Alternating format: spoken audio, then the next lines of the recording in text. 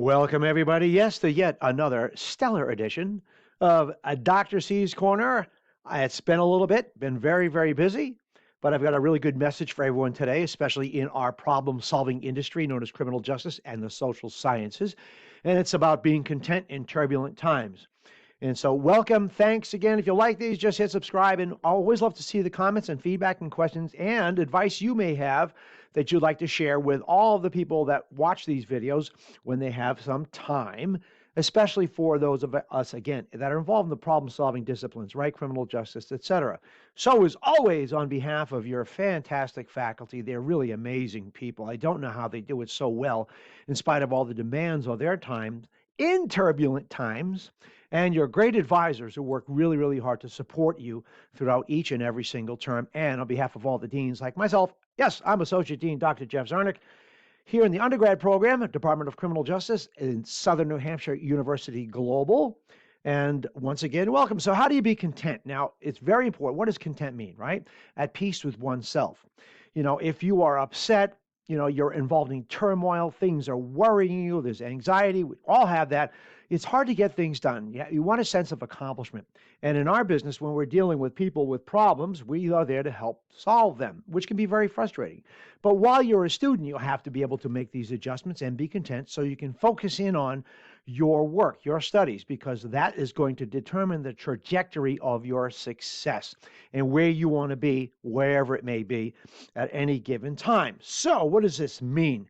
Genuine contentment has everything to do with emotional and spiritual well-being. It comes from within you always. And this is from a great article by a counselor therapist by the name of Gregory Jantz. And he says he's counseled thousands of people struggling with depression, anxiety, addiction, and many other afflictions, and those willing to invest in themselves. And I've talked about this before, building the business of you, taking care of you first so you can tell others who need your excellence for you to be on spot for them. Those willing to invest in themselves in the healing process experience deep down contentment that they hadn't before. Now, first, contentment is an inside job. And the author says many people long for inner peace. Isn't that something, huh? What does that feel like? Isn't that something we all want? But don't achieve it. They don't achieve this inner peace because they're looking in the wrong directions. Now, listen up. This is critical because this is all of us in some respects, right? If you're seeking anything external outside of yourself to bring this contentment, you'll be searching forever. It's just not going to happen. You have to rely on yourself. True contentment has nothing to do with what you have or don't have. Proof lies in the fact that, you probably know people like this. Unhappy people are found on every rung of the economic ladder, right? And in any job title, investment portfolio, and collection of stuff, possessions. Okay? So it doesn't matter. The wallet does not bring happiness. Sorry, I'll stand by that. I'll go to the mats on that one. Money does not buy happiness. Sorry. End of story. And if you're in the problem solving profession to make a lot of money, you might want to work on being content first. Okay? You can make a very good living, but what comes first? You and your job to help people solve their problems. So, how do we do this? How do we get there? The author offers some really cool advice. Practice gratitude. When somebody says thank you, how do you feel about that? Hey, thank you. Hey, thanks for holding the door. Thanks for that. Thank you, officer, for what you did for me and my family today. Thank you so much. No one else would have done what you've done. Thank you. Thank you to everyone you know for the things that they do. Express that gratitude. It is the antidote for every toxic thing that comes into our lives. Simply put, gratitude fosters optimism, hopefulness, and resilience.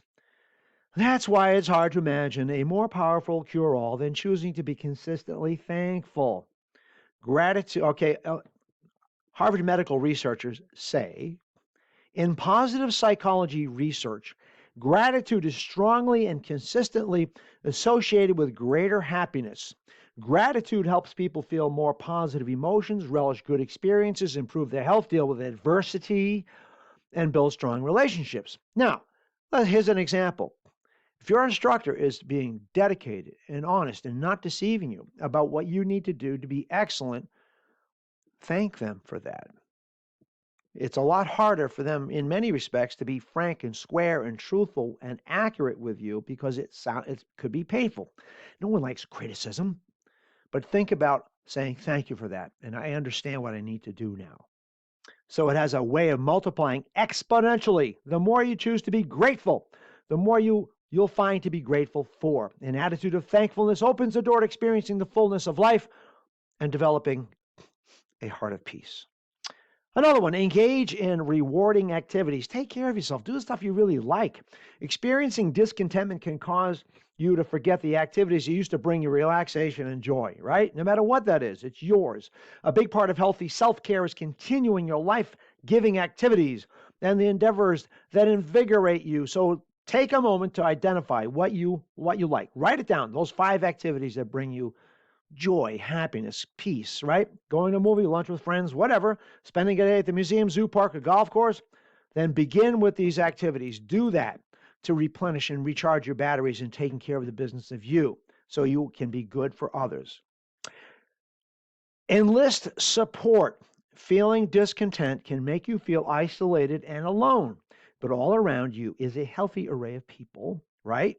Like us here at Southern New Hampshire University, that are eager to share your journey. I'm going to tell you, that's why I teach. That's why I'm in academia. That's why my second career after policing was involved in this, because I wanted to give back.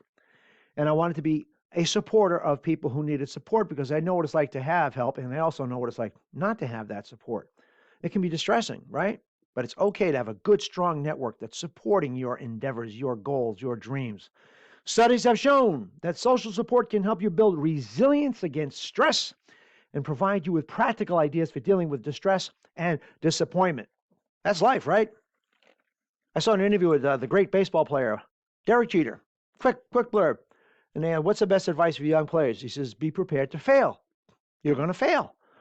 No one bats 1,000.